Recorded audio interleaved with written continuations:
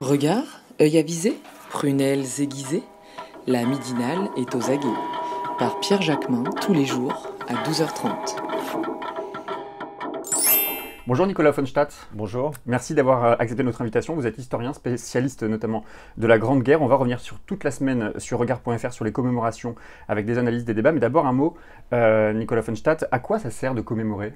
À mon avis, ça sert à beaucoup de choses. C'est pas du tout quelque chose d'inutile. D'abord, ça doit être un moment de pédagogie.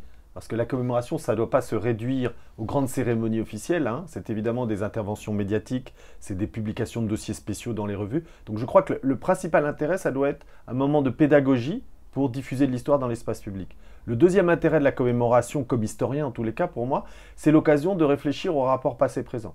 Si c'est juste pour déployer un discours sur le passé, de grands rituels, ça n'a qu'un intérêt limité. Par contre, si c'est l'occasion de réfléchir sur qu'est-ce qui fait sens au présent du passé, à mon avis, la commémoration, c'est un moment utile. Alors qu'est-ce qu'on commémore aujourd'hui ? On commémore une victoire, la victoire de 1918, ou est-ce qu'on peut parler de victoire d'ailleurs ? On peut bien sûr parler de victoire en termes militaires, puisque les empires centraux ont été défaits, ça, il n'y a aucun problème historique là-dessus. Ceci dit, il faut faire attention. Pour la France, en tous les cas, les anciens combattants considéraient toujours que la victoire ne pouvait être pensée que par rapport à l'ampleur de leur sacrifice et de leur deuil.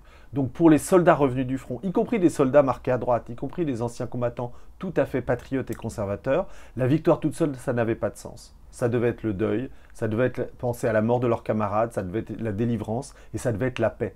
C'est très frappant, le discours de paix des anciens combattants est très marquant dans l'entre-deux-guerres. Donc le séparer de la victoire, aujourd'hui, ça aura encore moins de sens qu'hier. Il n'y aura pas de défilé militaire, a annoncé Emmanuel Macron. Comment vous interprétez cette décision finalement ? D'abord, c'est une décision qui me paraît relativement secondaire. Vous savez, on est à la fin d'un centenaire qui a duré plusieurs années. Il y a eu des centaines de commémorations militaires, non militaires, pacifistes, antimilitaristes. Donc, il ne faut pas se focaliser juste sur ce petit moment. Il faut penser le centenaire dans son ensemble. Et il y a eu des cérémonies militaires. Les militaires ont été extrêmement présents. Donc pour moi, c'est une décision tout à fait secondaire. Et qui, encore une fois, c'est une décision qui est aussi en congruence avec ce que pensaient les anciens combattants. Vous savez, les soldats français, revenus du front, ils disaient « Nous ne voulons pas de célébration guerrière. Nous ne voulons pas d'apparat militaire. » C'est eux-mêmes qui le disaient. Et ils ont fait centrer les commémorations sur le deuil, sur le souvenir, et non pas sur l'exaltation guerrière, surtout pas. Alors tout au long de la semaine, Emmanuel Macron va se déplacer sur différents lieux symboliques de la Grande Guerre. Ce périple le place du point de vue du poilu, de celui qui a combattu et qui a permis à la France de gagner. Comment est-ce que vous lisez cette façon de faire, cette manière finalement de revêtir les habits du poilu ? D'abord, c'est d'une grande banalité en France. Il faut vraiment avoir en tête que le régime mémoriel du centenaire, c'est celui qu'on connaît depuis 30 ou 40 ans en France. C'est-à-dire que la figure du poilu, la figure du soldat de 14-18, elle est très présente en France. Elle est présente le 11 novembre, bien sûr, mais elle est présente dans des milliers d'initiatives, depuis des années, sous toutes les formes, qui sont des initiatives parfois présidentielles. Rappelons-nous simplement lorsque Nicolas Sarkozy a enterré le dernier poilu, mais des initiatives aussi partout, des communautés territoriales, des associations du souvenir, des associations patrimoniales. Donc on est dans un pays où la figure du soldat de 14-18 est très présente. Autrement dit, ce que fait Emmanuel Macron, c'est simplement sanctionner un intérêt qui est très général. Un mot sur la lecture de l'histoire. Est-ce qu'on ne fait pas une lecture simpliste, même si elle est contestée par les historiens, ou en tout cas elle est argumentée, en disant que l'Allemagne seule est responsable du déclenchement de la guerre ? Bien sûr que l'Allemagne n'est pas la seule responsable du déclenchement de la guerre. Cette lecture, c'est d'abord celle qui a été donnée officiellement par le traité de Versailles. Donc ce traité de 1919 qui sanctionne la fin de la guerre et donc du coup qui reconnaît dans son article 231, la culpabilité de l'Allemagne et sa responsabilité, ce qui va permettre de fonder les demandes de réparation. Donc la lecture de la seule responsabilité allemande, c'est d'abord une lecture politique qui a été faite à ce moment-là. Et aujourd'hui, les historiens sont tous d'accord pour dire que les responsabilités sont partagées. Il est évident que le déclenchement d'un conflit, où il y a tellement d'entremêlements entre les empires et les nations, entre les alliés et les alliances, ne peut être le fait d'un seul pays. Donc l'Allemagne a un rôle.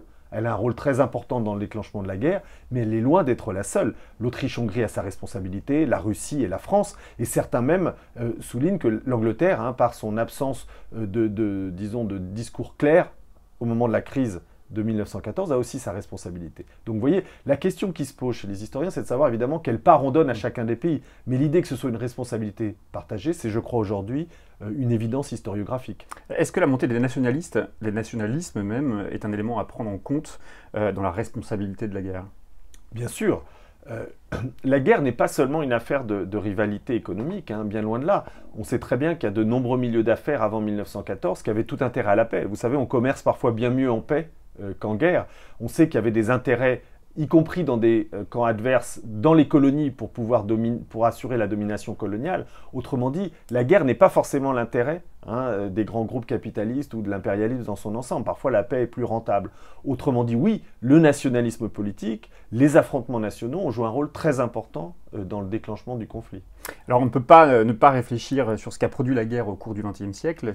Finalement, ce siècle né de la guerre, il n'en est jamais sorti. Quels ont été les effets de cette guerre sur l'histoire mondiale ? Alors, ils sont évidemment considérables. Ils sont à plusieurs niveaux. D'abord, il y a une dimension d'émancipation dans la guerre, c'est-à-dire qu'il y a eu aussi une véritable révolte contre la guerre, qu'il y a plusieurs matrices. Une grande matrice, c'est le pacifisme. Certains disent jamais il y a eu autant d'antimilitarisme qu'après la Grande Guerre, jamais autant de pacifistes. Donc on pourrait dire oui, mais bon, c'est pas une analyse qui est passionnante à partir du moment où il y a eu la Seconde Guerre mondiale qui aurait en quelque sorte invalidé. Je ne crois pas. Je pense que dans le rapport à la guerre qu'on a encore aujourd'hui, 14-18 a marqué une césure. C'est-à-dire cette volonté quand même que faire la guerre, ça avait des conséquences tellement colossales que le pacifisme devait être pris au sérieux et développé autant que possible. Donc je crois que ça, c'est un premier élément. Le deuxième élément, c'est quand même la naissance du communisme, qui est, comme on dit, né du feu.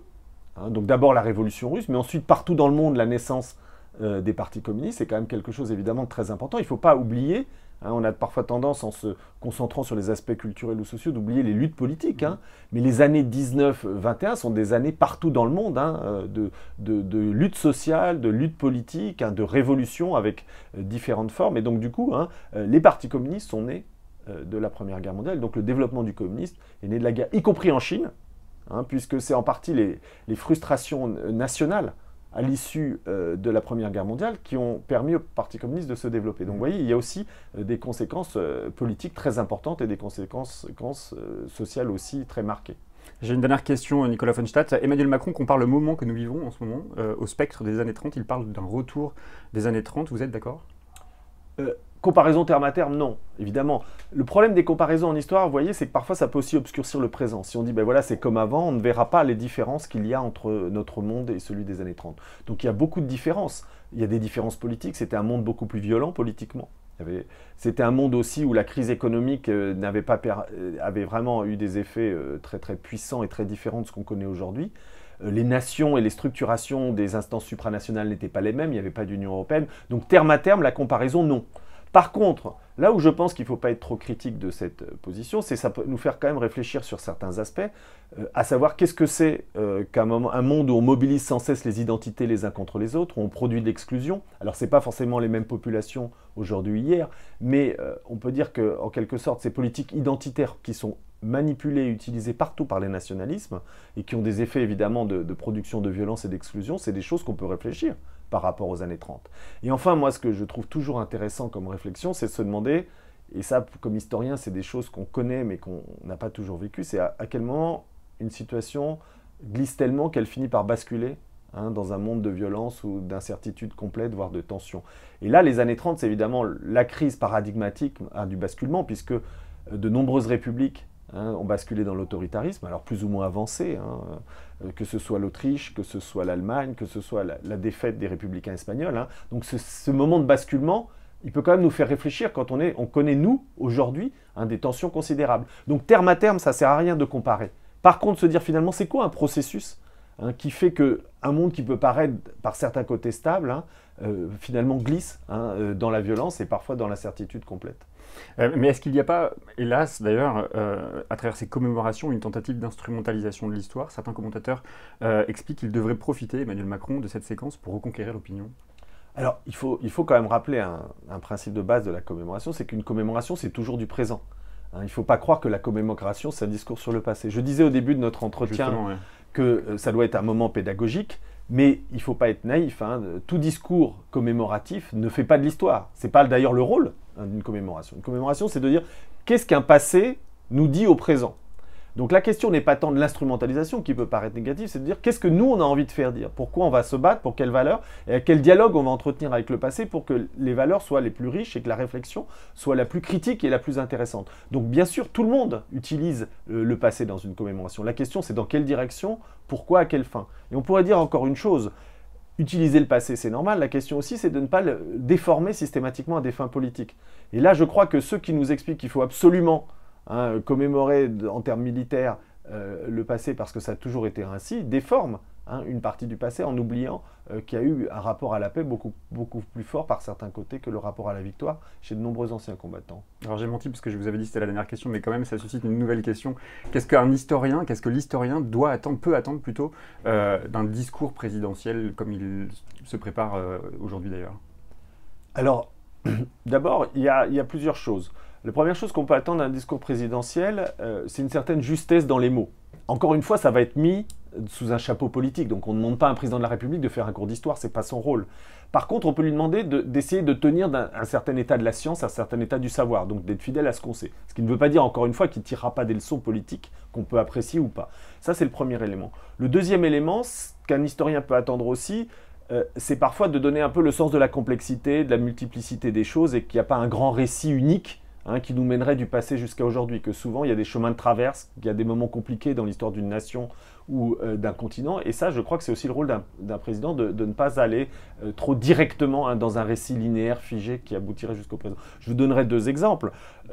C'est intégrer des moments difficiles et délicats, des moments séditieux, des moments critiques dans les discours présidentiels. On a deux bons exemples récents. C'est lorsque François Hollande, pour le centenaire de la bataille du Chemin des Dames, a évoqué les mutineries, en disant qu'elles avaient leur place dans l'histoire nationale. Ça, c'est ce qu'on peut attendre d'un président de la République, c'est qu'il ne se contente pas du grand récit, mais montre aussi qu'il y a des tensions, qu'il y a des révoltes, que le monde n'est pas simplement fait de stabilité et d'avancée d'un pays. Et c'est évidemment aussi ce qu'a fait Emmanuel Macron lorsqu'il a reconnu la torture et les violences qu'avait subi Maurice Audin lors de la guerre d'Algérie. Donc vous voyez, tout discours n'est pas voué à être simplement une répétition de généralité. On peut à un moment donné trancher et montrer que dans l'histoire, il y a des moments de tension et que ces moments de tension, plus on les affronte, plus c'est évidemment intéressant pour une nation. Merci beaucoup Nicolas Offenstadt. Et donc je vous donne rendez-vous évidemment sur regard.fr pour retrouver toutes les analyses sur cette semaine de commémoration.